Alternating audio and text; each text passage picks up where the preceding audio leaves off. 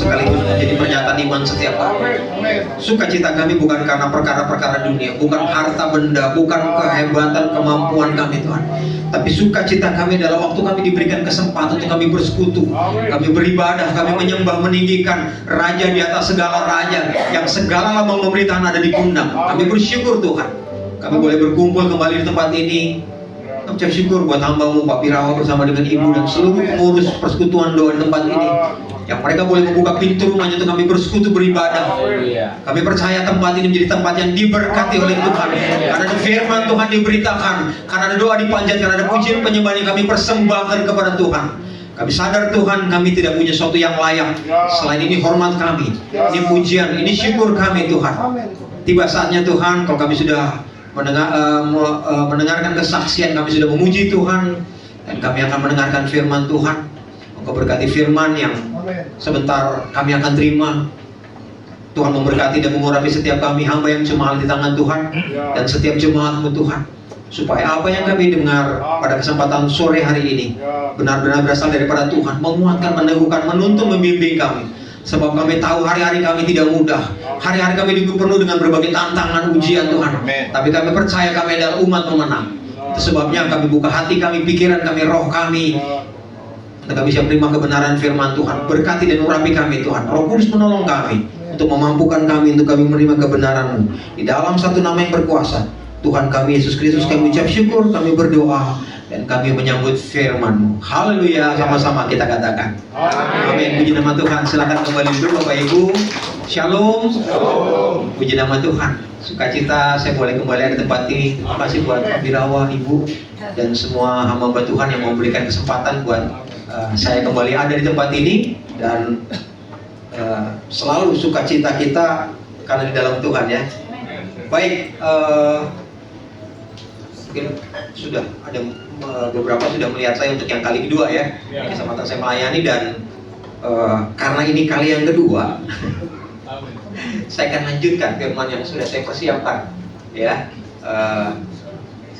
Saya sebetulnya suka khotbah tuh berjenjang ya. Jadi apa yang sudah kita terima itu ada korelasinya, ada hubungannya, dan ini semakin memperlengkapi kita. Saya ambil melanjutkan tema tentang karakter Kristus, dan ini saya mengambil dari sisi yang berbeda ya. Kali ini kita mau studi tokoh. Jadi kalau di sekolah teologi kita studi tokoh. Bapak Ibu Saudara, ternyata di dalam firman Tuhan, Tuhan bukan cuma memakai orang-orang yang memang diurapi secara khusus. Tuhan tidak memakai orang-orang dari garis keturunan Yahudi yang memang mereka menjadi jalan untuk mereka menerima kabar keselamatan. Tapi Tuhan bisa pakai siapapun, termasuk orang-orang yang mereka dari bangsa-bangsa kafir. Mereka datangnya dari orang-orang yang tidak menerima anugerah Tuhan. Tetapi Tuhan punya rencana yang besar melalui kehidupan mereka. Bahkan kehidupan mereka menginspirasi. Itu sebabnya kita mau belajar dari satu tokoh ya, di Perjanjian Baru ya.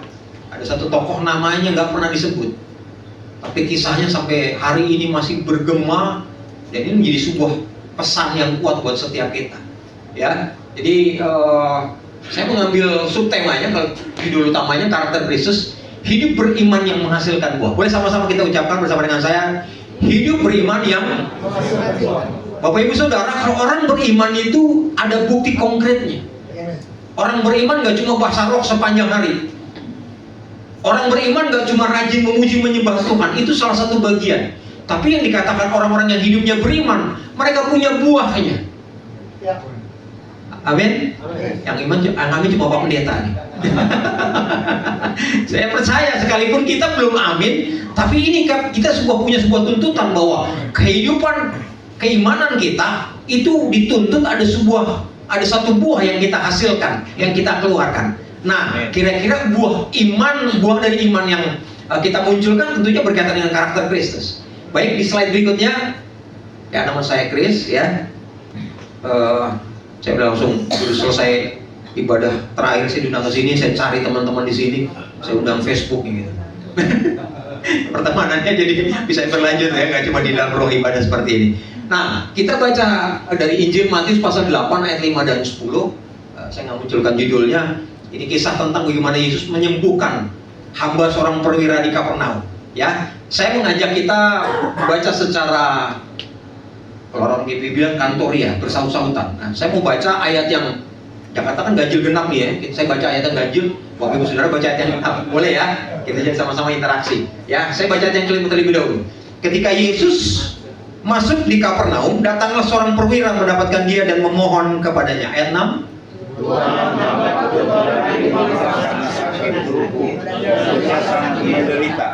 Ayat ke-7, Yesus berkata kepadanya, "Aku akan datang menyembuhkannya." Tetapi jawab perwira itu kepadanya,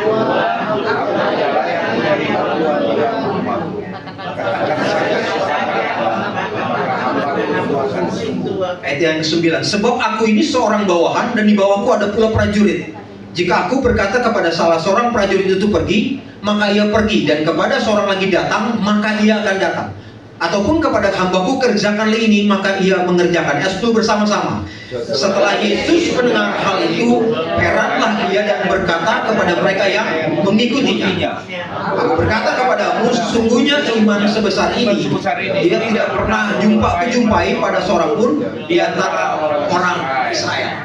Baik, kita stop sampai di slide. Jadi Bapak Ibu Saudara, satu kali ada kisah bagaimana waktu Yesus masuk ke sebuah kota, sebuah tempat yang namanya Kapernaum. Teks aslinya itu Kafarnaum, artinya desa Nahum. Nahum sendiri artinya penghiburan. Dan kalau kita belajar, Bapak Ibu Saudara, Kafarnaum ini basis daripada pelayanan Yesus. Makanya kalau Bapak Ibu meneliti lebih jauh lagi, kota Kafarnaum ini adalah kota di mana banyak mujizat terjadi. Salah satunya mertuanya Simon Petrus. Ada juga orang lumpuh disembuhkan, orang-orang dirasuk roh jahat, Yesus lepaskan dan bebaskan di sana. Jadi waktu Yesus kembali ke Kapernaum, yang adalah tempat salah satu basis pelayanan setelah Yesus keluar dari Nazaret, Kapernaum adalah tempat yang sangat familiar, Bapak Ibu Saudara. Bahwa tempat di mana Yesus seringkali pergi, dia melayani ke banyak tempat, tapi Yesus selalu kembali ke Kapernaum. Sewaktu Yesus selesai melakukan pelayanan, melakukan kunjungan pelayanan mission trip seperti Pak Johan dan Pak Bung Valdo ya. Yesus juga melakukan perjalanan mission tripnya, tapi Yesus pasti selalu kembali ke Kapernaum. Begitu Yesus kembali ke Kapernaum, ada seorang perwira. Perwira ini adalah perwira pasukan daripada Romawi, yang sebagai bangsa yang menjajah bangsa Yahudi. Kalau Alkitab King James bahasa ini dari kitabnya versinya King James Version, perwira itu dibilang centurion, tapi konteks aslinya hekaton tarkes. Apa itu hekaton tarkes? Perwira yang membawai 100 prajurit. Kira-kira kalau TNI jabatannya apa? 100 itu ganti. Kompi ya? Komandan kompi. Kurang lebih hekaton tarkes atau perwira ini dia membawai 100 orang di bawahnya. Ternyata perwira ini punya hamba. Bapak Ibu Saudara, pada zaman itu satu yang sangat lazim. Kalau orang terpandang, orang dengan status sosial tertentu, mereka punya budak, punya hamba yang bekerja di rumahnya. Waktu Yesus kembali ke Kapernaum, perwira ini datang mendapati Yesus. Yesus dikatakan bahwa dia datang dan memohon. Permohonannya begini di ayat yang ke-6. Tuan, kurios. Kurios itu Tuhan, tapi juga artinya tuan, majikan. Tuan, hambaku terbaring di rumah karena sakit lumpuh dan ia sangat menderita. Bapak Ibu Saudara, kira-kira perwira seperti yang dituliskan di ayat-ayat yang kita baca ini, kira-kira dia punya jabatan nggak? Pasti dia punya kewenangan, dia bisa melakukan apapun. Tapi luar biasa, Alkitab katakan perwira ini nggak lakukan apapun. Yang pertama dia lakukan waktu hambanya terbaring sakit karena lumpuh. Bapak Ibu Saudara, sakit lumpuh yang di sini bukan cuma sekedar paralyzed yang bikin dia nggak bisa berjalan. Kelumpuhan yang dialami oleh hambanya tadi bisa menyerang kotak dan kemudian menyebabkan kematian. Dalam keadaan seperti ini, perwira ini dia mencari Yesus. Hambaku terbaring di rumah sakit karena lumpuh dan ia sangat menderita. Bapak Ibu bisa bayangkan, seorang yang punya jabatan, punya pengaruh, punya otoritas, dia nggak cari dokter yang terbaik di kota Kapernaum tuh.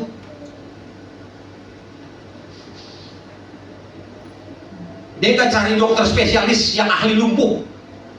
Alkitab katakan bahwa perwira ini datang kepada Yesus, jadi mengajukan permohonan. Hambaku sakit menderita karena lumpuh.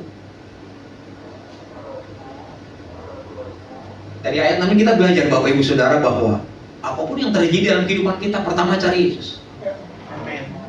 Amin. Saudara nggak lihat wajah saya, wajahnya Pak Johan, wajahnya Pak Valdo, ini mah wajah-wajah banyak masalah. Dan itu masalahnya jemaat. Wah, itu resiko profesi ya, betul. Betul. Makanya kalau Bapak Ibu punya masalah, cari hamba Tuhan, cari pendeta. Kadang-kadang pendeta mengecewakan. Karena apa? Kami manusia juga, kami punya keterbatasan. Seperti halnya perwira ini, dia tahu kepada siapa dia harus berharap. Dia punya pengaruh, dia punya jabatan, dia punya otoritas. Yang pertama dia lakukan waktu hambanya sakit, dia cari Tuhan Yesus. Karena saya percaya bahwa perwira ini telah mendengar kiprah Yesus yang ada di Kapernaum, yang merupakan basis pelayanan Yesus. Dia datang sama Yesus dan permohonannya adalah, hambaku terbaring di rumah karena sakit. Boleh di slide berikutnya? Satu kali klik. Yang sakit itu di rumahnya adalah hambanya. Hamba itu kata yang bagus. Sebetulnya yang sakit itu budak.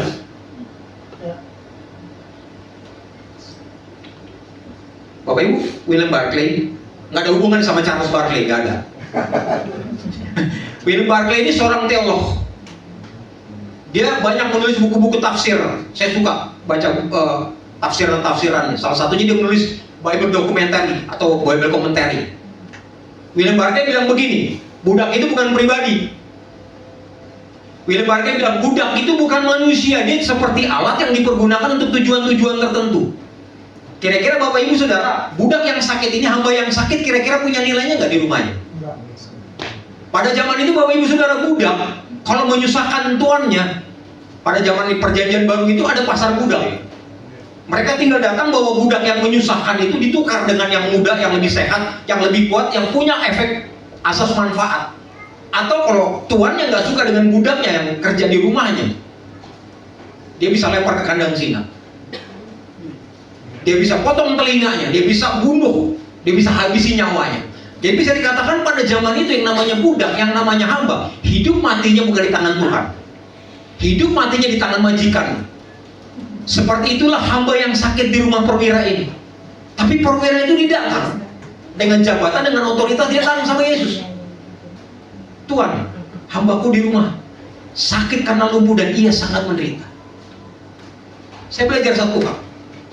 Perwira yang punya jabatan, perwira yang punya pengaruh, ternyata dia tidak mengedepankan segala sesuatunya berdasarkan kemampuan atau otoritas yang dia punya. Dia sadar bahwa dia juga seorang yang sangat terbatas. Bapak Ibu sadar ya, kita semua ini orang-orang yang terbatas. Sehebat apapun kita tadi, kesaksiannya Bung Faldo, sebagai manusia hamba Tuhan aja kita boleh merancang segala sesuatunya, tapi Tuhan kadang-kadang punya kehendak yang lain. Itu sebabnya Bapak Ibu kalau mau terima yang terbaik, belajar melepas apa yang baik. Kadang-kadang kita suka merasa apa yang kita rancang ini pasti yang terbaik, dan kita tutup telinga sama tuntunan Roh Kudus. Nah ini Bapak Ibu Saudara kehilangan kesempatan. Mari silakan. Selamat datang.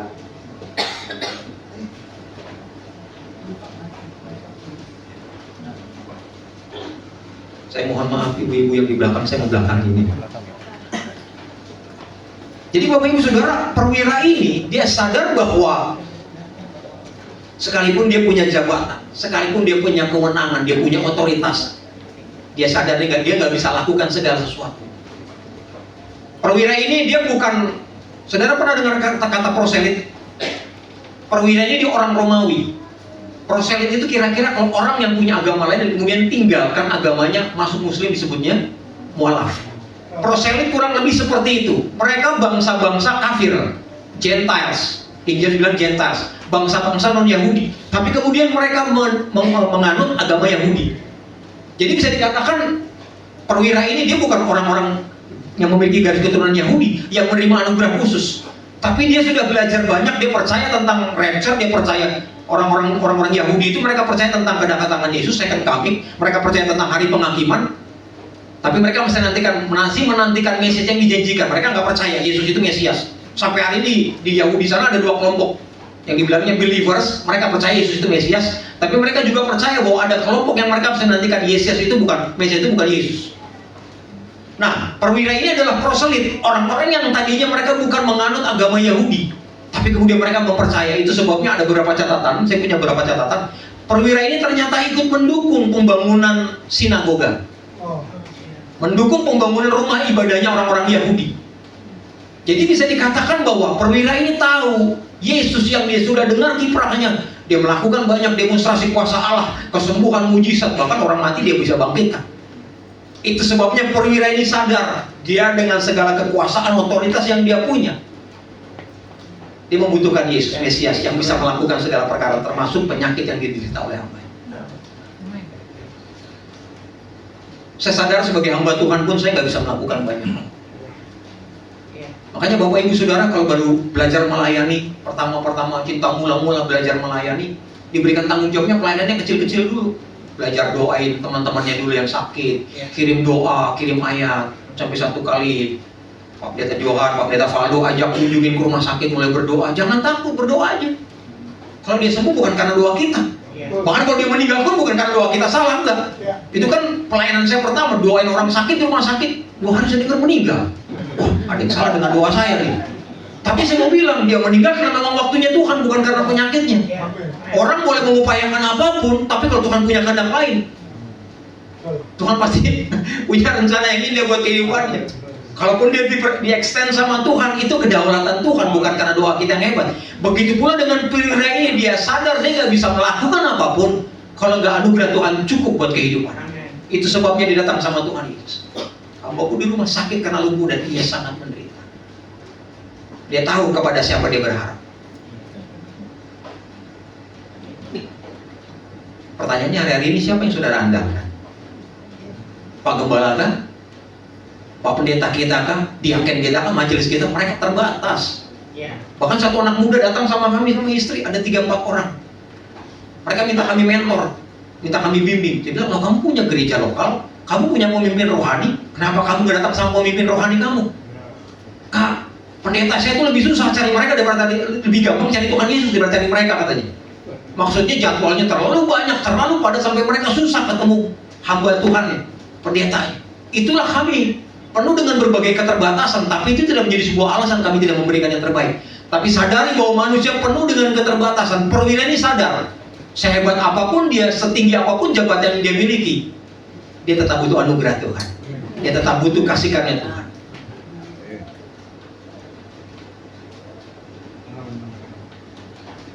Satu hal saya belajar, perwira ini bisa lakukan apapun terhadap hambanya yang menyusahkan, merepotkan. Karena dia cuma dianggap seperti alat, nggak ada nilainya.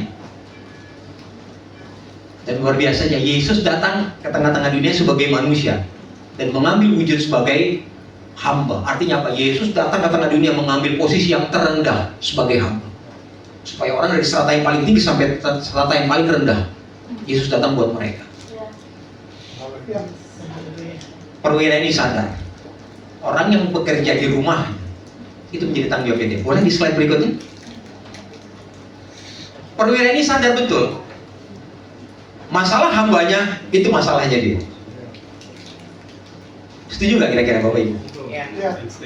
Perwira ini sadar, masalah hambanya itu masalahnya dia.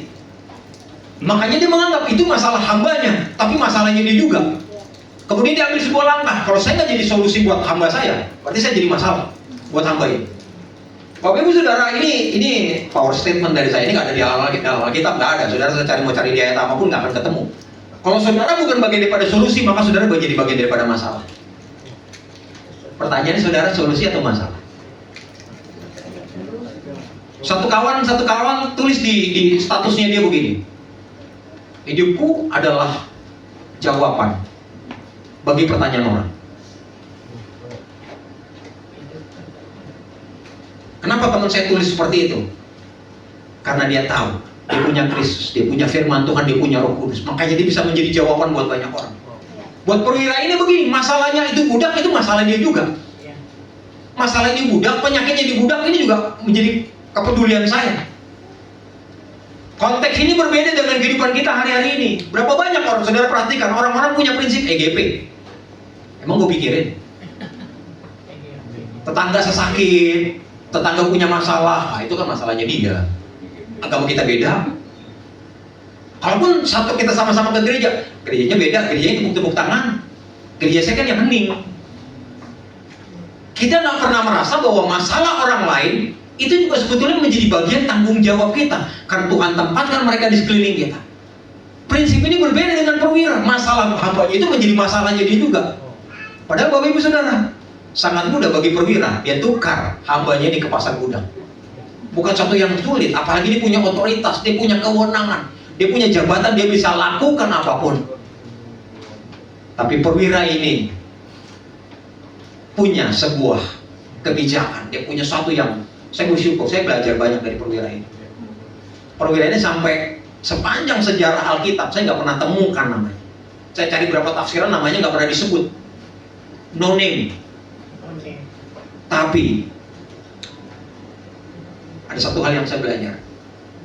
Perwira ini memiliki yang namanya kepedulian. Perwira ini punya yang namanya welas asih. Perwira ini punya yang namanya bela rasa. Dunia di mana kita tinggal ada dunia yang bergerak sangat cepat. Sampai kita nggak punya waktu untuk care sama orang lain. Satu kali waktu saya masih pelayanan, saya masih ada di satu yayasan di wilayah Tanjung Duren, Jakarta Barat. Saya sendiri suka pakai motor. Saya pulang kerja, saya pakai motor dari kejauhan, saya lihat ini ada satu bapak sudah rentah, sudah tua. Dia bawa satu tas kecil, pegang tongkat. Dia coba stopin berapa motor. Motor itu lewat terus. Semakin dekat ada motor yang dilewat depannya, dia coba hentikan, motor itu lewat terus. Sampai akhirnya pasti saya di depan bapak tua ini, dia stopin motor saya dan saya berhenti. Saya bilang, Pak, ada yang bisa saya bantu?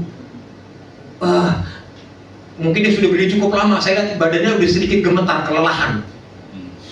Saya boleh ikut nggak? Mau kemana, Pak? Saya mau ke toko buku di depan sana. Saya bilang, toko buku apa? Toko buku Immanuel. Oh, mari Pak, mari Pak. Jangan ke toko buku Immanuel, Bapak mau pergi toko buku apapun saya anterin Pak. Dan kemudian kita satu arah lagi. Bapak itu naik susah payah karena memang sudah cukup lanjut usia. Motor saya juga cukup tinggi lagi, kasihan Bapak itu jadi saya bantu. Coba jalan cuma sekitar 7-10 menit sampai di tujuan. Bapak itu turun. Begitu Bapak itu turun saya merenung. Saya nggak tahu berapa motor yang sudah di stopin sama Bapak ini. Saudara, kadang-kadang Tuhan tuh mau pakai kita loh. Tuhan tuh mau pakai kita dengan orang-orang yang nggak pernah kita pikirkan. Tapi kayak seringkali kita berpikir, JP, that's your problem, mind your own business. I got things to do.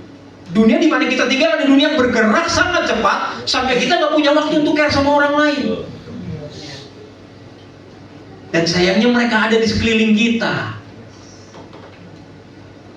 Bapak Ibu Saudara, kalau kita bicara tentang kepedulian, ini bukan masalah tentang uang, bukan masalah tentang saya punya atau nggak punya, bukan bicara tentang harta benda.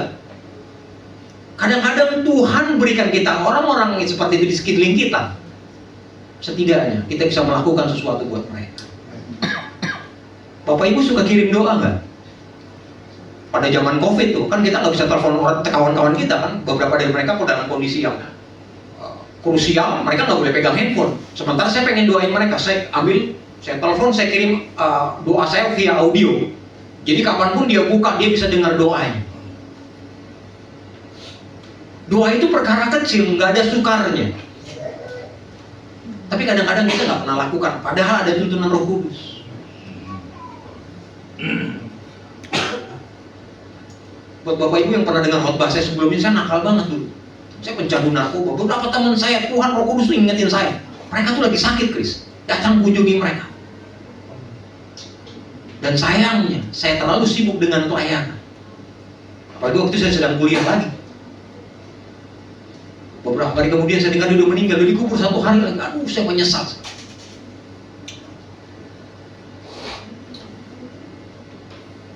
Miliki hati seperti perwira ini, dia punya welas asih, dia punya kepedulian. Dan kalau kita bicara tentang kepedulian, itu bukan masalah kita punya uang, punya kemampuan dan sebagainya. Yang perlu saudara miliki pertama adalah minta kasih daripada Tuhan. Saya percaya kalau saudara punya kasih daripada Tuhan, saudara akan bisa melakukan apapun, termasuk saudara selalu punya waktu untuk melakukan sesuatu buat mereka. Pertolongan bantuan nggak melulu soal uang. Saudara punya uang, kalau saudara kikir juga untuk apa? Maaf nih, saya percaya tempatnya nggak ada yang kikir. Saudara pasti berlimpah dengan kemurahan hati. Satu kali kawan-kawan saya, mereka kerjasama dengan sebuah lembaga yang mencetak Alkitab, Gideon namanya. Mereka akan melakukan misi pendalaman. Mereka dikasih buku, mereka dikasih Alkitab. Silahkan jual, dananya boleh dipergunakan untuk pelayanan misi ke pedalaman. Saya ikut juga nongkrong di situ kan, di satu tempat, di sebuah pasar dan sebagainya. Mereka jual Alkitab. Tiba-tiba ada satu tante ini orang Ambon lagi. Maaf yang ada orang Ambon di sini. Puji saya orang Ambon juga. Yon, berapa ini Alkitab? Disebutkanlah satu harga. Tante bilang, wah mahal sekali Yon. Mahal banget Alkitab dalam hati saya. Ya tante kalau berminat beli aja tante. Tapi tante, uang penjualan buku-buku dan Alkitab ini semuanya dipersembahkan untuk pelayanan ke pedalaman. Kita akan kunjungi beberapa jemaat yang terpencil, bahkan beberapa gereja itu ditinggal sama gembalanya karena mereka nggak mampu bertahan di sana. Padahal saya penampilannya dibandingkan, saya membayangkan ini tante ini kalau makan malam aja nih, waduh, mungkin dessertnya aja tuh udah dapat Alkitab 3 tuh, belum main course-nya tuh, belum wine-nya nih, belum wine-nya. Yang diajak makan orang-orang seperti ini nggak mungkin 1-2 orang. Satu meja dia book mungkin private room. Tapi untuk Alkitab yang murah itu bilang, mahal sekali Jo. Saya bilang, ibu mainnya kurang jauh nih, ibu pergi ke Singapura, Alkitab yang hardcover itu di Singapura dijual 1,5 juta. Tapi isinya itu lebih penting daripada nilainya. Kadang-kadang kita cuma memikirkan sebuah nilai, sebuah harga. Tapi kita kurang kepedulian, kita hilang nilai-nilai itu. Saya berdoa saudara dipenuhi kasih kepada Tuhan dan kepada sesama. Amin. Kalau saudara mengasihi Tuhan, saya percaya saudara akan mengasihi manusia yang adalah ciptaan Tuhan. Saudara akan selalu punya perhatian, kepedulian. Saya datang dengan istri saya. Saya belajar banyak, diajarin banyak sama istri saya nih. Satu kali kami di mall makan, tiba-tiba saya lihat istri saya hilang. Bukan rapsar saudara. Belum pengangkatan belum. Istri saya kemana? Ternyata di sebelah ada toko kopi. Ada toko kopi modern. Ya saya nggak usah sebut namanya lah, ntar saudara pikir saya di endorse lagi. Istri saya lagi ngobrol sama tukang-tukang ojol ini. Ada 4-5 tukang ojol. Istri saya ngobrol, saya lihatin dari jauh. Saya pikir kawannya atau siapa lagi. Udah ngobrol, gak lama. Akhirnya mereka, setelah saya mengambil pesanan mereka dan akan mengantar pemesannya, mereka bawa satu-satu dan beberapa dari mereka minum sambil jalan sambil minum. Saya tanya, kamu ngapain ya? Enggak. Tadi tiba-tiba saya digerakin aja ngobrol sama mereka. Ternyata istri saya nanya begini, Pak, Bapak kan sering nih jemput pesanan-pesanan pembeli nih. Pertanyaannya, Bapak pernah nggak cobain kopi itu satu-satu? Ada beberapa yang pernah, tapi coba dibeliin. Ada juga beberapa dari mereka belum pernah cobain kopi tadi. Harganya nggak mahal-mahal banget tuh. Istri saya digerakin. Akhirnya istri, boleh ya Pak ya? Saya nggak punya waktu, saya pengen beliin Bapak. Coba Bapak bukan cuma nganterin aja Bapak, biar juga ngerasain kopi yang dianterin itu. Terima kasih Bu, terima kasih. Orang mau dijajanin ya, terima kasihnya kan. Terima kasih 1000 kayak lagu zaman dulu kan. Mereka pergi dengan senang hati. Bukan masalah kopinya. Orang kalau diperlakukan dengan, kita nggak kenal, kita nggak punya latar belakang yang sama. Tapi kalau orang diperlakukan dengan baik, saya percaya kita menyebarkan keharuman surga cukup dengan perilaku kita. Saudara mau pakai baju ada ayat atau enggak, pakai salib apa enggak masalah. Di kesempatan yang lain, satu kali kami pulang pelayanan di Kerawang, udah kemalaman, udah lapar. Panitia lupa kasih makan beda dengan Pak Birawan. Saya terganggu nih. Saya terganggu nih. Ini gue. Distract juga ini. Beda dengan pelayanan di Kerawang. Mereka pelayan terlalu sibuk, banyak yang minta didoakan, ada yang minta konseling. Mereka lupa kasih makan. Haleluya. Pak pernah punya ini kok nggak korban ngelakuin. Udah selesai. Pak Johan pasti juga kadang-kadang punya pengalaman. Saking sibuknya kita pelayanan, panitia lupa. Udah hari kita udah selesai, puji Tuhan, kita nggak usah tunggu buru-buru. Udah kita pamit. Apalagi kami kan di Kerawang, pelayanan kami kan cukup jauh. Waktu itu Tol Cikampek lagi kacau-kacaunya, lagi parah-parahnya. Begitu keluar gereja, ketemu warung pertama kita berhenti, saya bilang, ini perintah dan tidak bisa kata tidak. Kampung Tengah Supara ini. Kita berhenti di satu warung pecel lele di pinggir jalan. Sementara kami makan dengan beberapa teman. Ada satu bapak. Saya bayangkan beliau tidur di pinggir jalan. Dia tanya sama pedagangnya.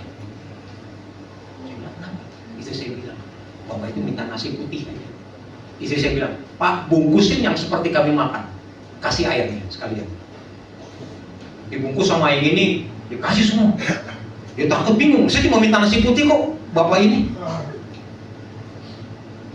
Bapak Ibu Saudara, urusan membeli gak ada hubungannya dengan masalah kaya atau miskin, enggak. Itu masalah mindset. Kalau orang gak pernah berpikir untuk kepentingan orang lain, soalnya gak pernah merasa cukup. Kalau kita bicara tentang memberi, itu bicara tentang mindset. Saudara sudah diberkati lebih kok, saya percaya. Dan prinsip firman Tuhan, berilah, maka kamu akan diberi. Saudara konsentrasi kepada memberi aja, maka kamu akan diberi. Itu urusannya Tuhan, dan Tuhan gak pernah lalai sama firman. Iya, saya percaya itu. Saya ngomong gini nih, wah, semua di rumah kami itu mereknya Casio, dikasih orang. Dari rumah, dari mobil, dari sepatu. Anak-anak yang saya latih sekarang mereka udah kerja di mana-mana. Coach, ada sepatu keren nih. Saya setuju lah, masih seperti biasa, 10 sama 5. Semua barang-barang di rumah saya itu berkat daripada Tuhan. Yang Tuhan kirim oleh orang-orang yang Tuhan percaya.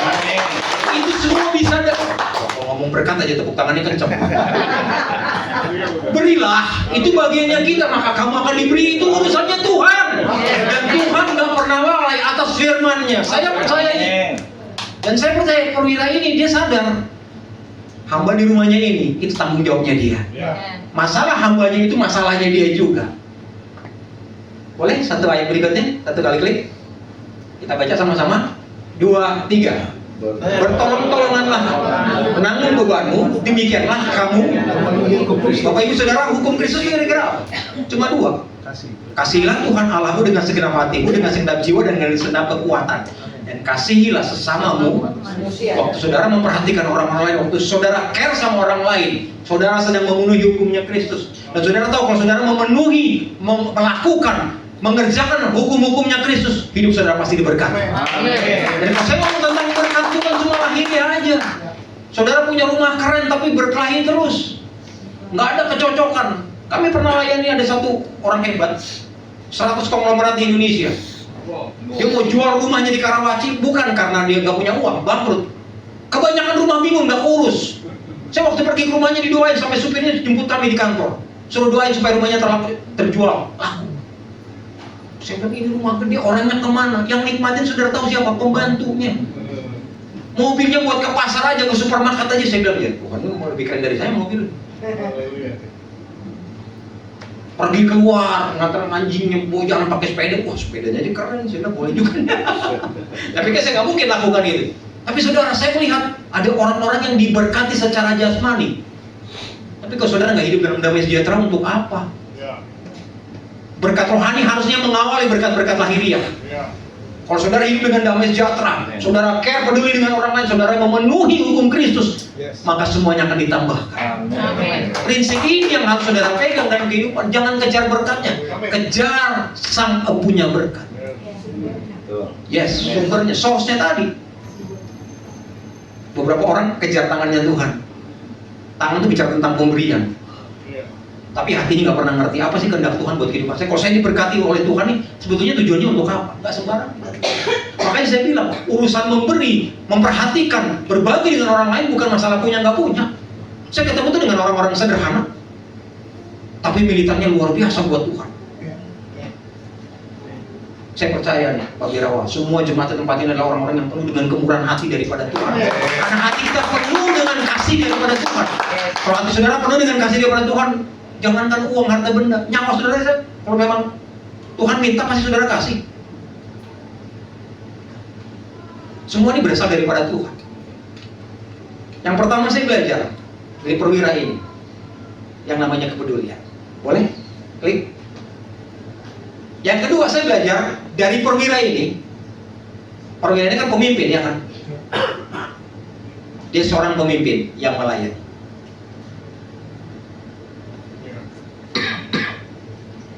Ini power statement saya lagi, nggak ada dalam Alkitab. Saudara mau cari pun nggak akan ada. Kebesaran seorang pemimpin dilihat dari cara memperlakukan orang di bawahnya. Bapak Ibu Saudara, kalau mau lihat kebesaran seorang pemimpin, bukan lihat dari cara dia memperlakukan orang yang setara dengan dia atau di atasnya. Kalau saudara mau melihat kebesaran seorang pemimpin, lihat bagaimana cara dia memperlakukan bawahannya. Amin. Saya punya satu kawan, Dia kontraktor besar, kerjasama dengan perusahaan-perusahaan besar di Indonesia ini. Dia punya driver, betul teman saya juga punya masalah di jantung. Kalau dia pergi berdua di tengah jalan di jamnya makan siang, dia gak suruh drivernya, lu cari makan sendiri. Dia ajak makan restoran apapun, dia ajak makan. Kalau dia cuma sendiri, gak ada koleganya, makan satu meja. Yang dia makan, dimakan sama driver. Saya bilang TOP, BGT. Iya.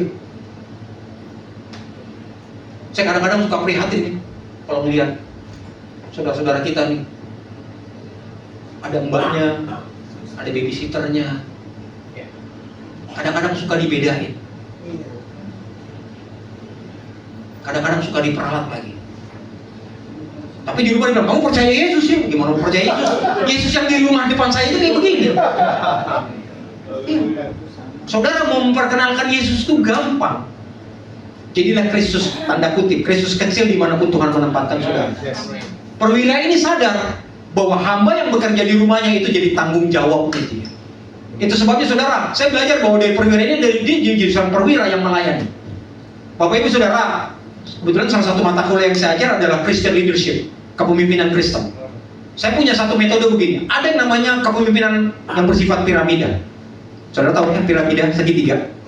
Ini cara kepemimpinan dunia. Pemimpinnya di mana kira-kira posisinya? On top. Yang di bawahnya siapa? Dia mengabdi kepada Tuhan, melayani Tuhan. Pemimpin di dunia lebih suka dilayani. Tapi kepemimpinannya Kristus, Bapak Ibu Saudara, piramidnya terbalik. Yesusnya di mana? Di bawah. Yang di atasnya itu orang-orang yang dilayani. Karena firman Tuhan bilang begini, siapa yang menjadi terbesar, hendaknya dia menjadi hamba bagi banyak orang. Dari perwiranya saya belajar Bapak Ibu Saudara, bahwa jadi seorang pemimpin itu artinya dia melayani semua orang.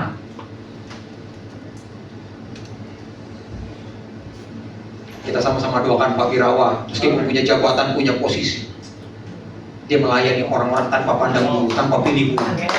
Supaya apa? Pak Wirawa jadi Kristus di instansinya. Karena dunia ini nggak semuanya baca Alkitab. Dan mereka melihat Kristus melalui keberadaan orang-orang percaya Tuhan tempatkan di profesi kita, di masyarakat, di kegiatan kita, di tengah-tengah dunia ini. Dan saya belajar Bapak Ibu Saudara bahwa ternyata menjadi pemimpin itu tugas utamanya adalah melayani. Makanya gak heran kalau saudara lihat beberapa pemimpin kita nih, mereka suka berusukan. Oh itu Yesus banget tuh. Yesus nggak ketemu cuma di sinagog. Yesus ke pantai, ke kampung-kampung nelayan, ke pasar-pasar. Dia khotbah nggak cuma di sinagog, dia khotbah di kampung nelayan. Dia demonstrasikan kuasa Tuhan, dia bagikan orang kuasanya kepada orang-orang yang dia layani. Dan perwira ini memperlihatkan bahwa kebesaran seorang pemimpin itu dilihat dari cara dia memperlakukan orang-orang yang di bawah. Memperlakukan orang-orang yang setara atau di atasnya itu dengan baik itu luar biasa. Dan saudara melihat pemimpin-pemimpin yang kita punya sekarang kadang tidak memberikan teladan yang baik. Tidak semuanya, saya tidak pukul rata. Bahkan termasuk pemimpin kita di pemerintahan, kita perlu berdoa buat mereka supaya mereka memperhatikan masyarakat. Bukan cuma memikirkan perut mereka sendiri, kepentingan mereka sendiri. Kita berdoa supaya mereka juga memperhatikan kepentingan seluruh masyarakat. Ini bukan cuma di dunia sekuler, bahkan di dunia pelayanan pun kadang-kadang ada pemimpin yang mikirin dirinya sendiri. Jadi ini menjadi sebuah keprihatinan bahwa sebetulnya kita adalah orang-orang yang perlu belajar untuk menjadi seorang pemimpin yang melayani. Boleh di slide berikutnya? Lukas pasal 22. Di Lukas pasal 22 ini murid-murid Yesus berdebat. Mereka debat kusir, siapa yang paling besar di antara kami? Apakah guru kami, apakah pengajar kami, atau Yesus? Tetapi kamu tidaklah demikian, melainkan yang terbesar di antara kamu adalah kamu menjadi sebagai yang paling muda dan memimpin sebagai pelayan. Bapak Ibu Saudara, secara hierarki, orang muda itu lapisannya paling rendah, paling bawah. Sebab siapakah yang lebih besar, yang duduk makan atau yang melayani? Bukankah dia yang duduk makan? Tetapi kata Yesus, aku ada di tengah-tengah kamu sebagai pelayan. Dari ayat ini sebetulnya disimpulkan sederhana sekali. Kalau kamu mau jadi besar, melayani. Kitab Amsal bilang begini, rendahkan diri, Tuhan akan mengangkat dan meninggikan kamu. Jadi kalau saudara pengen dipromosikan sama Tuhan, rendahkan diri. Caranya merendahkan diri itu apa? Layani semua orang tanpa pandang bulu. Amin. Saya lihat Bung Faldo pelayanannya di anak-anak jalan itu yang di Juanda, Bung. Iya. Dulu yang kritis teman saya, Oh. mahasiswa saya. Dulu kami kalau ibadah di samping seberangnya Masjid Istiqlal itu 70-80 orang. Satu kali kami Natal, kami siapkan 200 orang, yang datang hampir 400. Kami pusing ngurusin makanannya, konsumsinya. Pakai restoran, selesai makan, rumah makannya komplain. Katanya lampunya hilang. Sabun cuci tangannya hilang, wastafel rusak. Waduh, dia bilang udah. Itu harga sebuah pelayanan yang harus kita beri. Tapi memang pemimpin punya tanggung jawab melayani orang tanpa pandang bulu. Makanya saudara kalau mau belajar melayani orang yang paling rendah dulu. Amin. Saya dengan istri kami suka berdoa begini, Tuhan, selesai kami doa pagi dengan anak-anak mahasiswa di rumah, Tuhan jadikan kami jawaban minimal buat satu orang hari ini. Begitu kita selesai itu pagi-pagi, Shalom Pak Kris. Lagi di pagi-pagi jam 6 kurang datang bertamu. Itu betul. Tuhan kirim orang-orang yang mereka membutuhkan pertolongan Tuhan melalui kami. Amin. Dan itu orang-orang yang di jalanan.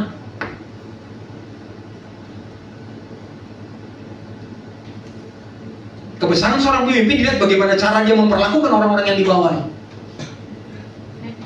Dan kalau saudara melakukan itu, saya percaya Tuhan akan tinggi saudara.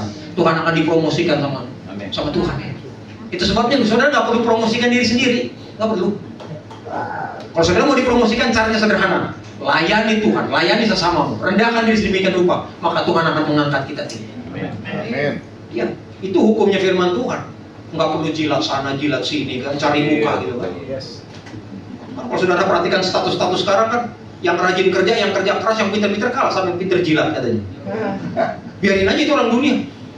Bagian kita kerja bukan mau cari muka di depan pemimpin, karena memang kita punya tanggung jawab memberikan yang terbaik dari setiap pelayanan kita. Orang pemimpin mau lihat atau enggak, CCTV mau perhatikan saudara atau enggak. Tapi surga nggak pernah off cam.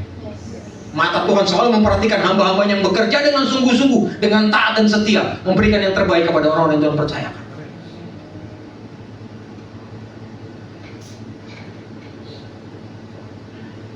Saya baru hitung kemarin, 23 tahun kami berdua mengajar. Dulu saya bukan tipe orang yang suka di mimbar. Saya ini kan pelatih basket.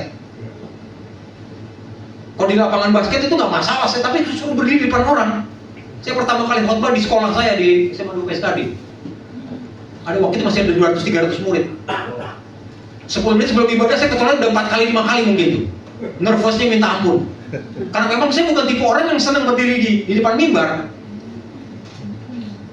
Tapi saya tahu ada waktunya Tuhan mempromosikan saya dan saya harus ada di sana untuk membagikan anugerah apa yang Tuhan sudah percayakan buat saya. Jadi kalau saudara mau dipromosikan sama Tuhan, sederhana sekali saudara. Rendahkan diri sedemikian rupa, maka saudara akan dipromosikan oleh Tuhan. Saudara nggak perlu angkat tinggi diri saudara. Karena semua peninggian, semua promosi, semua datang daripada Tuhan. Amin. Ya. Saya bilang sama mahasiswa saya yang mulai merintis jemaat. Saya bilang gak usah pusing sama berapa jumlah jemaat. Saya punya satu kawan, gerejanya udah hampir 11 tahun. Jemaatnya cuma 17. Tambah sedikit ada yang meninggal. Beberapa lansia kan. Saya bilang gak apa-apa, setia aja. Separuhnya keluarganya lagi. Saya bilang gak apa-apa, layani setia aja. Dan kebetulan di pedalaman Kalimantan, 3-4 jam dari tadi ya Pak Wirawa bilang, di Kasongan. Sekarang dia memenangkan hampir setengah desanya yang tadinya mereka di duka ringan. Itu diawali dari kesetiaan melayani 4-5 orang. Dulu cumanya anak-anak sekolah minggu semua tuh, gak ada orang dewasa. Berharap apa dari anak sekolah minggu yang gak ada persembahan? Itu sebabnya dia bercocok tanam. Dia bikin usaha bisnis untuk menghidupi pelayanan sendiri. Dan waktu dia taat, dia setia, dia tekun, memulai semuanya dari bawah. Itu sebabnya Bapak Ibu Saudara kalau dipercayakan Tuhan dari tempat yang paling rendah, dia a good start. Tempat yang paling tepat memulai segala sesuatunya, tempat yang paling rendah. Dari bawah. Karena kita perintis, bukan pewaris katanya. Ya kalau saudara dianugerahkan meneruskan apa yang sudah diterima, puji Tuhan. Tapi kan masalahnya nggak semua orang diberikan kesempatan seperti itu. Semuanya harus dimulai dari bawah. Saya awal pelayanan saya di sekolah teologi saya cuma 3 mahasiswa. Cuma 3 mahasiswa, 3-3-nya dari Toraja lah. Tapi Tapi tiga itu mewakili Bapa, Putra, dan Roh Kudus. Nggak ada teori, nggak ada. Tapi saya mau belajar setia, saya belajar tekun. Buat saya ngajar depan 3 orang, 13 orang, 30, 300 orang, semuanya sama. Karena firman Tuhan bilang 1 jiwa saja berharga di mata Tuhan. Dan betul, akhirnya salah satu dari mereka bikin terobosan besar di gereja Toraja di kampungnya sama. Yang dulu mau pelayanan nggak perlu pakai doa, tapi begitu dia pulang dia belajar prinsip-prinsip. Pendeta, besok kita mau pelayanan, biar anak-anak muda yang besok melayani, saya pimpin, kita berdoa dulu, kita minta Tuhan berkati pelayanan, persiapkan dengan diri dengan baik. Wah, sekarang ini dipercayakan pelayanan. Saya bilang, kamu nggak perlu bikin gereja baru, karena memang tugas kami adalah mempersiapkan dan utus kembali kepada gereja lokal.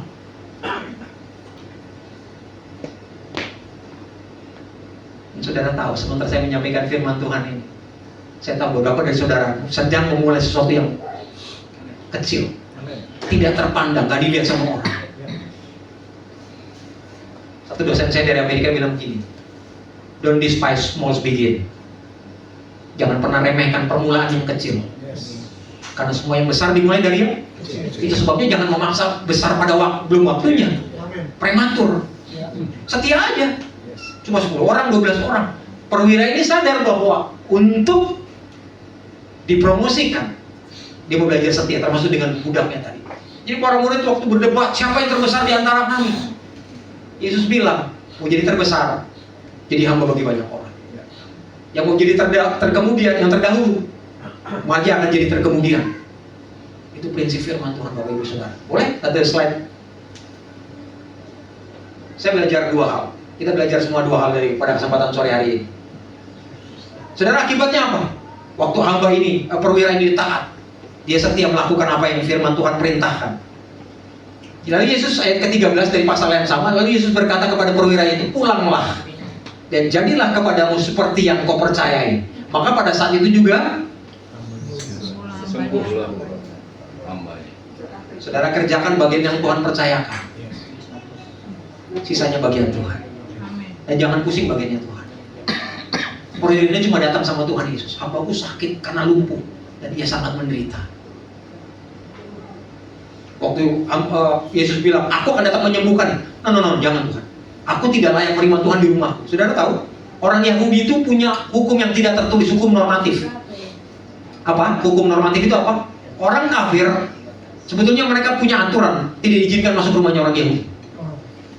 Makanya perwira ini sadar diri, dia ini kafir, Gentile, dia ini orang Romawi, nggak sembarangan, apalagi Mesias yang datang ke rumahnya. Itu kan jadi masalah buat Yesus. Dia berpikir, no, Tuhan, ucapkan sepatah kata saja, maka hambaku itu akan sembuh. Ini bicara tentang perkataan iman. Dan iman selalu berbicara tentang sekarang. Apakah hambanya langsung sembuh saat itu? Enggak. Maka terjadi pembicaraan dulu. Jadi Yesus memperhatikan hambanya ini, perwira ini luar biasa. Dia melihat nilai-nilai Kristus justru ada dalam kehidupan perwira ini. Makanya Yesus bilang, pulanglah. Jadi seturut dengan apa yang kau percaya. Maka saat itu juga kata firman Tuhan, sembuhlah hamba. Saudara, iman selalu now. Faith is always now. Not past tense, not future tense. Jadi iman itu sekarang, bukan masa lalu, bukan nanti. Makanya Bapak Ibu Saudara kalau didoakan sama pendeta, hamba Tuhan, imani aja sekarang, mau sembuhnya kapan itu Tuhan punya kedaulatan. Bagian saudara, saya percaya Tuhan, saya berdoa, saya terima dengan iman, saya disembuhkan. Saya berdoa, saya terima apa yang Tuhan doakan oleh hambanya ini akan terjadi terobosan. Terima saat ini juga. Besok pagi bangun belum terjadi, tetap percaya aja. Dan semua akan indah pada waktunya. Kalau belum indah, belum waktunya dong. Itu aja, simpel aja. Kadang kita semua memaksakan sesuatu yang belum pada waktunya. Tapi perwira ini cuma melakukan apa yang menjadi bagiannya dia. No, Tuhan, aku tidak layak menerima Tuhan di rumahku. Ucapkan saja sepatah kata, maka hambaku itu akan sembuh. Saya membayangkan nih, Yesus waktu ngomong sama perwira, Yesus kagum tadi kan, kalau saudara baca di ayat yang ke-10 tadi kan, aku berkata kepadamu, sesungguhnya iman sebesar ini tidak pernah aku jumpai seorang pun di antara. Ayat itu mengacu. Saudara tahu latar belakangnya kota Kapernaum? Kota Kapernaum ada salah satu kota terbanyak Yesus melakukan mujizat. Tetapi sedikit terjadi pertobatan di sana. Makanya ayat ini muncul. Aku berkata kepadamu sesungguhnya iman sebesar ini tidak pernah aku jumpai seorang pun di antara orang Israel. Yesus mengacu kepada kondisi kerohanian orang-orang Kapernaum. Yesus demonstrasikan kuasanya, mujizat banyak terjadi, tapi pertobatannya sedikit sekali. Makanya saudara jangan kejar mujizat. Kejarlah pertumbuhan. Kejarlah kedewasaan, kejarlah karakter Kristus. Maka yang namanya semua ditambahkan itu menjadi bagiannya Tuhan. Kadang-kadang kita orang Kristen nggak tahu apa yang kita minta. Itu terjadi karena apa? Minimnya pengertian dan pemahaman kita akan kebenaran firman Tuhan. Apa gunanya saudara disembuhkan tapi kemudian saudara kembali kepada kehidupan yang lama? Makanya firman Tuhan bilang begini, apa gunanya engkau punya dua mata tapi engkau ke neraka? Lebih cunggir sebuah matamu tapi dengan mata yang sebelah itu engkau diselamatkan. Jadi artinya keselamatan jiwa itu jauh lebih penting daripada hal-hal yang sifatnya lahiriah. Yesus memuji, iman sebesar ini nggak pernah aku temui bahkan di kalangan orang-orang Israel. Karena Yesus sudah melihat bahwa di Kapernaum nggak ada iman sebesar ini. Kita belajar bahwa kepedulian menjadi seorang pemimpin yang melayani itu syarat menggerakkan hati Yesus. Kalau saudara mau menggerakkan hati Yesus gampang, lakukan apa yang Yesus perintahkan, sekalipun gak mudah, tapi saudara akan melihat. Slide yang terakhir, boleh? Nah, jemaat kalau dibilang yang terakhir tuh senyumnya berbeda. Ini sekali lagi ini power statement saya nih. Kita baca sama-sama ya. Boleh Bapak Ibu yang bisa baca. 2, 3.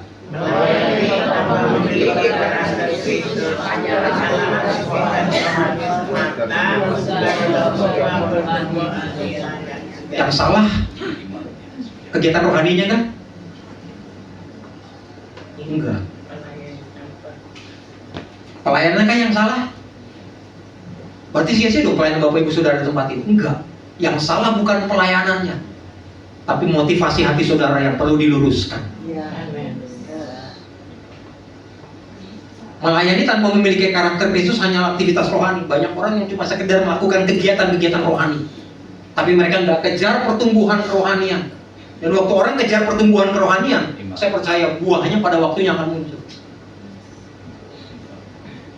Nah, saya senang munculkan gambar-gambar saya. Oh, Pak Johan, Bung Faldo kalau baptis orang keren.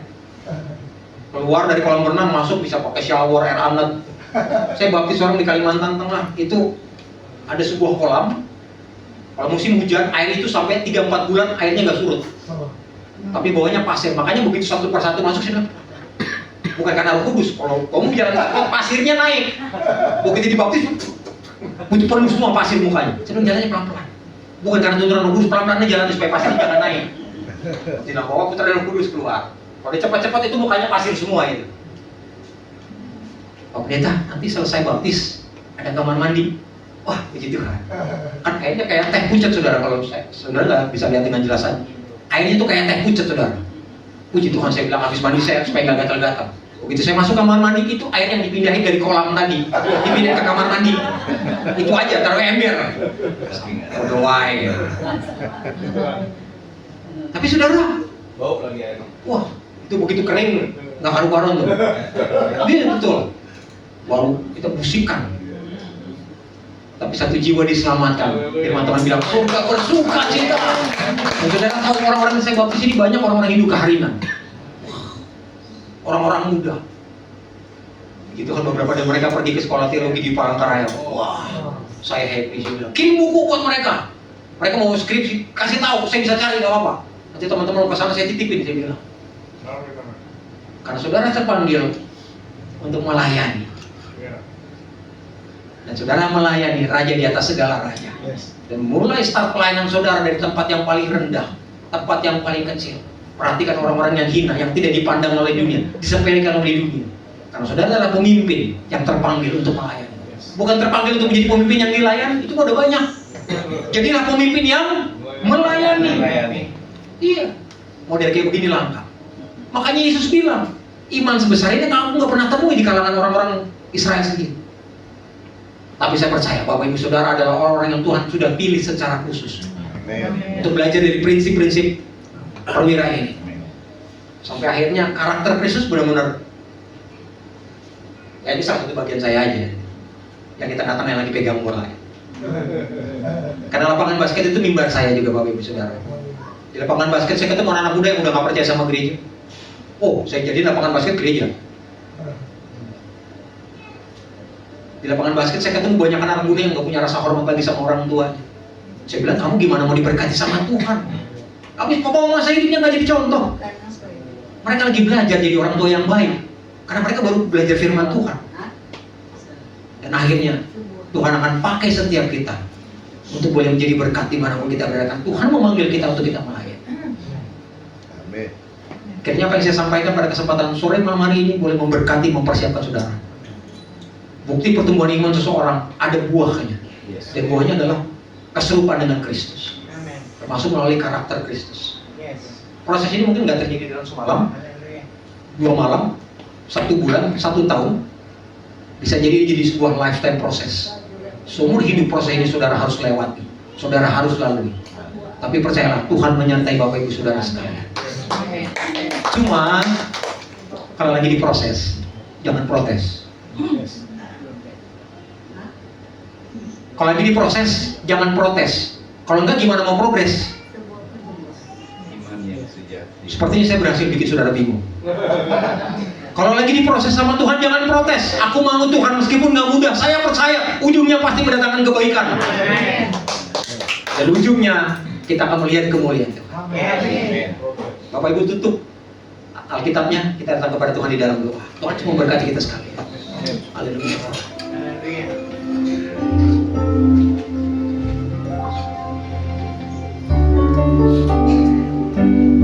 Ini pujian kami Tuhan. Sungguh kami melihat Kau menunjukkan kasih setiap atas kami Tuhan. Kau tunjukkan kasih setiamu.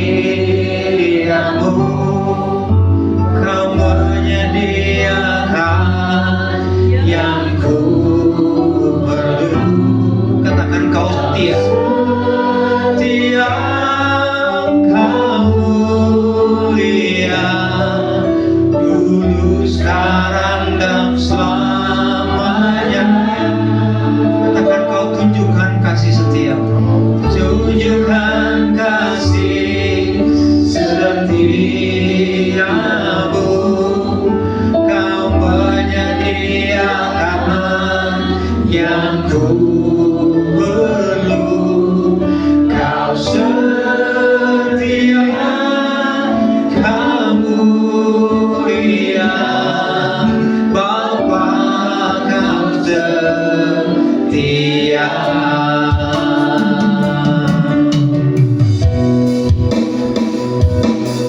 Kau tunjukkan kasih setiamu. Kau menyediakan yang ku perlu.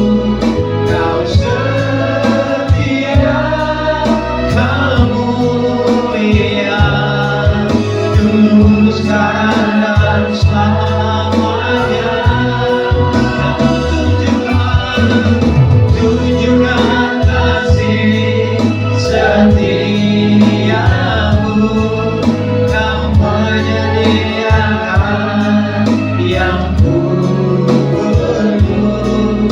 Kau setia, Kau mulia, Bapa Kau setia. Bapak Ibu Saudara sudah mendengarkan kebenaran firman Tuhan pada sore malam hari ini. Sebelum saya tinggalkan mimbar ini, saya rindu berdoa buat Bapak Ibu Saudara sekalian.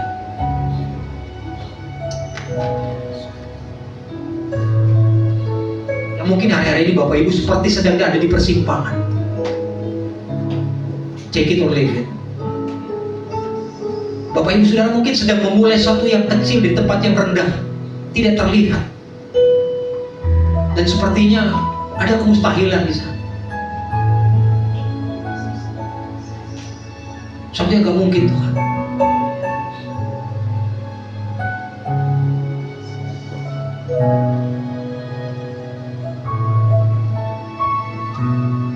Malam hari ini kita sudah dengarkan kebenaran firman Tuhan.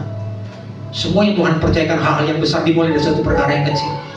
Belajar dari perwira ini, seorang yang punya jabatan, punya otoritas, punya kekuasaan. Tapi dia belajar memperhatikan hambanya, orang-orang yang hina, yang tidak dipandang oleh dunia. Dia melakukan apa yang menjadi kehendak Tuhan, memperhatikan, mempedulikan dan melayani dia.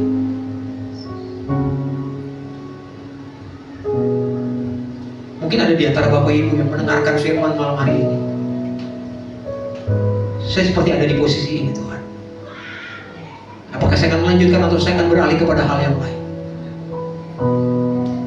Saya berdoa firman ini boleh menjadi tuntunan buat Bapak Ibu Saudara sekalian. Tetaplah setia melakukan hal yang kecil sekalipun dunia tidak memperhatikan.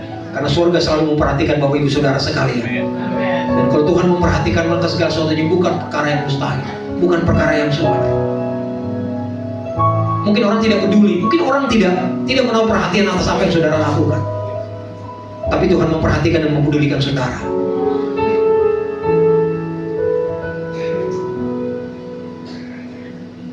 Jika itu saudara orangnya, saudara boleh taruh tangan kanannya di dada. Saya mau berdoa dari tempat ini. Kau menyediakan yang ku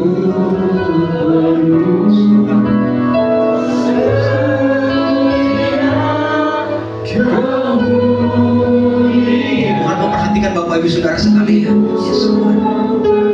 Tuhan memperhatikan Bapak Ibu Saudara yang menaruh tangan dan mengangkat tangannya, bahwa Tuhan adalah Tuhan yang setia.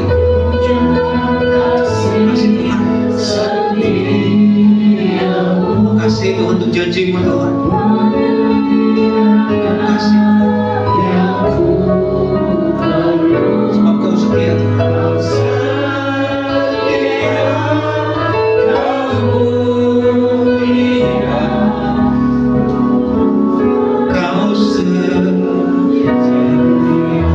Berdoa khusus buat mereka yang meletakkan tangan mereka di dada, mereka yang mengangkat tangan mereka. Tuhan lebih mengerti dan mengenal mereka. Hamba cuma orang-orang yang menyampaikan apa yang menjadi isi hati Tuhan. Kami percaya bahwa Tuhan ada di pihak kami. Dengan bermegah kami dapat berkata siapa lawan kami. Dan kami katakan di dalam iman tidak ada. Karena Tuhan yang kami sembah adalah Tuhan yang besar, yang daripadanya segala kecukupan itu akan berlimpah dan kami rasakan. Itu sebabnya Tuhan kami mau belajar setia Tuhan. Kami mau belajar peduli dengan orang-orang yang hina, orang-orang yang rendah, yang diabaikan oleh dunia. Tapi kami percaya Tuhan adalah merepresentasikan mereka. Untuk kami setia tekun dengan perkara-perkara yang kecil. Mungkin kami tidak punya sumber, kami tidak punya orang-orang yang mendukung kami. Kami mungkin diabaikan, tidak diperhatikan oleh orang lain. Tapi kami bersyukur Tuhan memperhatikan kami. Sebagaimana Tuhan memelihara burung-burung di udara, bunga bakung Tuhan berikan keindahan. Tuhan kuatkan mereka, teguhkan mereka Tuhan. Tuhan yang memberkati mereka satu persatu, pribadi lepas pribadi, keluarga mata. Kuatkan, teguhkan kami Tuhan, supaya kami tetap setia. Mata kami tetap memandang kepada Tuhan, bukan kepada dunia ini Tuhan. Kami tidak mencari pertolongan daripada dunia ataupun manusia Tuhan, sebab kami tahu mereka terbatas. Tapi kami tahu kepada siapa kami berharap. Diberkatilah orang yang mengandalkan Tuhan, yang menaruh pengharapannya kepada Tuhan. Ini iman kami Tuhan. Dan kami akan melihat apa yang kami doakan, Tuhan akan jawab. Apa yang kami doakan Tuhan sediakan semua tepat pada waktunya. Dan kami percaya waktu Tuhan adalah waktu yang sempurna. Kami terima jawaban, kami terima di dalam iman sore malam hari ini. Materaikan seluruh yang kami doakan, materaikan semua yang kami terima Tuhan. Firman, supaya selesai kami melakukan ibadah ini, kami melakukan firman. Haleluya. Di dalam nama Tuhan kami Yesus Kristus, kami mengucap syukur dan telah berdoa. Haleluya. Semua yang telah menerima di dalam iman, sama-sama kita katakan amin. Tuhan Yesus memberkati kita.